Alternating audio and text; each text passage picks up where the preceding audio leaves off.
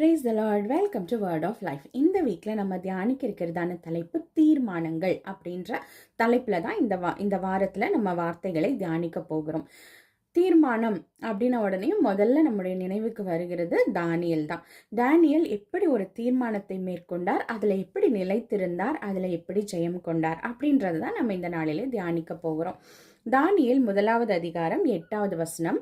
தானியேல் ராஜாவின் போஜனத்தினாலும் அவர் பானம் பண்ணும் திராட்சை ரசத்தினாலும் தன்னை தீட்டுப்படுத்தலாகாதென்று தன் இருதயத்தில் தீர்மானம் பண்ணிக்கொண்டு தன்னை தீட்டுப்படுத்தாதபடி பிரதானிகளின் தலைவனிடத்தில் வேண்டிக் கொண்டான். இந்த சம்பவம் நம்ம எல்லாருக்கும் நல்லா தெரியும். அதாவது இஸ்ரவேல் மக்கள் கல்தேயருடைய தேசத்துக்கு அடிமைகளாய் கொண்டு போகப்படுறாங்க.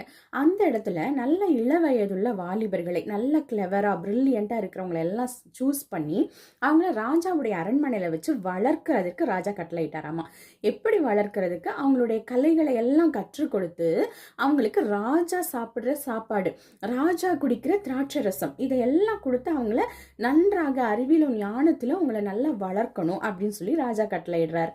அப்போ அதை பார்க்கும் பொழுது பாருங்க, நாம் அந்த ஸ்தானத்துல இருந்திருந்தோம்னா நமக்கு ரொம்ப சந்தோஷமா இருக்கும். எல்லாரும் அடிமைகளாய் கொண்டு போகப்பட்ட இடத்துல மற்ற ஜனங்கள்லாம் அடிமைகளா இருக்கிறாங்க, நம்மளுக்கு எவ்வளோ ஒரு சிறப்பு, கர்த்தர் நம்மளை கொண்டு வந்து எப்படி வச்சிருக்கிறாரு அப்படின்னு சொல்லிட்டு நம்ம சந்தோஷமா அந்த காரியங்களை அனுபவித்திருப்போம். ஆனா தானியேல் பாருங்க, ஐயோ இது என்னுடைய தேவனுக்கு பிரியமான்னு சொல்லி யோசிச்சு பாக்குறாரு. உடனே ஒரு தீர்மானத்தை எடுக்கிறார். ராஜாவுடைய போஜனத்தினால, ராஜாவுடைய பானத்தினால என்னை தீட்டுப்படுத்த மாட்டேன், அது என்னுடைய கர்த்தருக்கு பிரியமில்லாதது அப்படின்றத அவர் உறுதி செய்து கொண்டு அதுல தீர்மானத்தை மேற்கொள்ளுகிறார். நான் இது செய்ய மாட்டேன். அப்ப அதுக்கு கர்த்தர் எப்படி உதவி செய்யறார்? நம்ம கூட நிறைய நேரத்துல நினைப்போம், இந்த உலகத்துல நாம வேலை செய்யற இடத்துல, நம்ம வாழ்ற குடும்பத்துல இதெல்லாம் சாத்தியமா அப்படின்னு நம்ம நினைப்போம். ஆனா பாருங்க, தானியேல் தன்னுடைய தீர்மானத்துல உறுதியா இருந்ததினால கர்த்தர் பிரதானிகளின் கண்கள்ல தயவும் இரக்கமும் கிடைக்க கட்டளையிட்டாராமா. 9வது வசனத்துல இப்படியாக வாசிக்கிறோம். தேவன் தானியேலுக்கு பிரதானிகளின் தலைவனிடத்தில் தயவும் இரக்கமும் கிடைக்கும்படி செய்தார். நம்ம உறுதியா இருந்தா கர்த்தர் அதற்குரிய வாசல்களை திறந்து கொடுப்பார். தானியேல் உறுதியா இருந்தார். தன்னை தன் போஜனத்தினால, அந்த ராஜாவுடைய போஜனத்தினால, பானத்தினால தன்னை தீட்டுப்படுத்த கூடாது அப்படின்ற காரியத்துல தானியேல் உறுதியா இருந்ததுனால கர்த்தர் அதற்குரிய வாசலை திறந்து கொடுத்தார். பாருங்க, அதற்கப்புறமாக கர்த்தர் நிறைய காரியங்களை தானியேலோடு சம்பாஷிக்கிறார். இந்த ஒரு வசனத்தை நம்ம வாசிக்கலாம். தானியேல் 2வது அதிகாரம் கடைசி வசனத்துடைய செகண்ட் பார்ட், கடைசி பகுதியை நான் வாசிக்கிறேன். 49வது அதிகாரத்தின் கடைசி பகுதி. தானியேலோ வென்றால் ராஜாவின் கொலு மண்டபத்தில் இருந்தான். பாருங்க, அந்த தீர்மானத்துல உறுதியா இருக்கிறாரு தானியேல். அதை கர்த்தர் பாக்குறாரு. ஐயோ, என் பையன் இங்கேயே இருந்தாலும் எந்த தப்பும் செய்ய மாட்டான். கர்த்தர் அதை உறுதிப்படுத்தின உடனேயும் கர்த்தர் பார்த்துட்டு அவனை கொலு மண்டபத்திலே வச்சிடறாரு. நீ இங்கேயே பாவத்தின் மத்தியில இருந்தாலும் நீ பாவம் செய்ய மாட்டப்பா, எனக்கு தெரியும், அதனால நீ மற்ற என்னுடைய ஆசீர்வாதங்களை எல்லாம் நீ அனுபவிக்கலாம் அப்படின்னு சொல்லிட்டு ராஜாவின் கொலு மண்டபத்துல வச்சாராம்.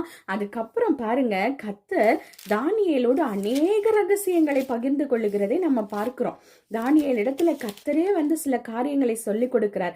தானியேல் 9வது அதிகாரம் 2-3 வசனங்கள்ல நம்ம இப்படி வாசிக்கிறோம். தானியேலாகிய நான் எருசலேமின் 70 பாழ்கடிப்புகள் நிறைவேறி தீர 70 வருஷம் செல்லும் என்று கர்த்தர் எரேமியா தீர்க்கதரிசியோடே சொல்லிய வருஷங்களின் தொகையை புஸ்தகங்களால் அறிந்து கொண்டேன். நான் உபவாசம் பண்ணி ரெட்டிலும் சாம்பலிலும் உட்கார்ந்து தேவனாகிய ஆண்டவரை ஜெபத்தினாலும் விண்ணப்பங்களினாலும் தேட என் முகத்தை அவருக்கு நேராக்கி. பாருங்க, அந்த பாவத்தின் மத்தியில இருந்தாலும் தானியேல் தான் எடுத்த தீர்மானத்துல உறுதியா இருக்கிறாரு. அதை கர்த்தர் கனம் பண்றாரு. அந்த இடத்துல கர்த்தர் தன்னுடைய ரகசியங்களை தானியேலுக்கு சொல்லி கொடுக்கிறார். அதோடு கூட மாத்திரம் இல்லாம அந்த இடத்துலயே இருந்து உபவாசித்து ஜெபிக்க அவருக்கு பலத்தை கொடுக்கிறார்.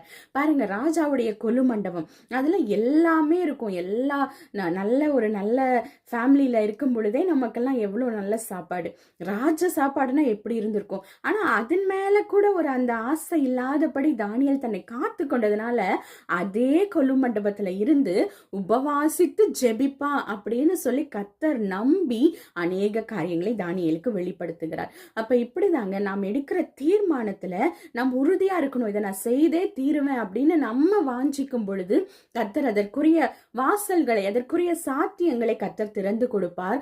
அதோடு மாத்திரம் இல்லாம கர்த்தர் நிறைய கனமான பொறுப்புகளை நம்மிடத்துல ஒப்படைப்பார். கர்த்தர் நம்மை நம்பி நம்மிடத்துல பொறுப்புகளை ஒப்படைப்பார். கர்த்தர் தாமே ஒவ்வொருவரையும் ஆசீர்வதிப்பாராக. God bless you all. Thank you.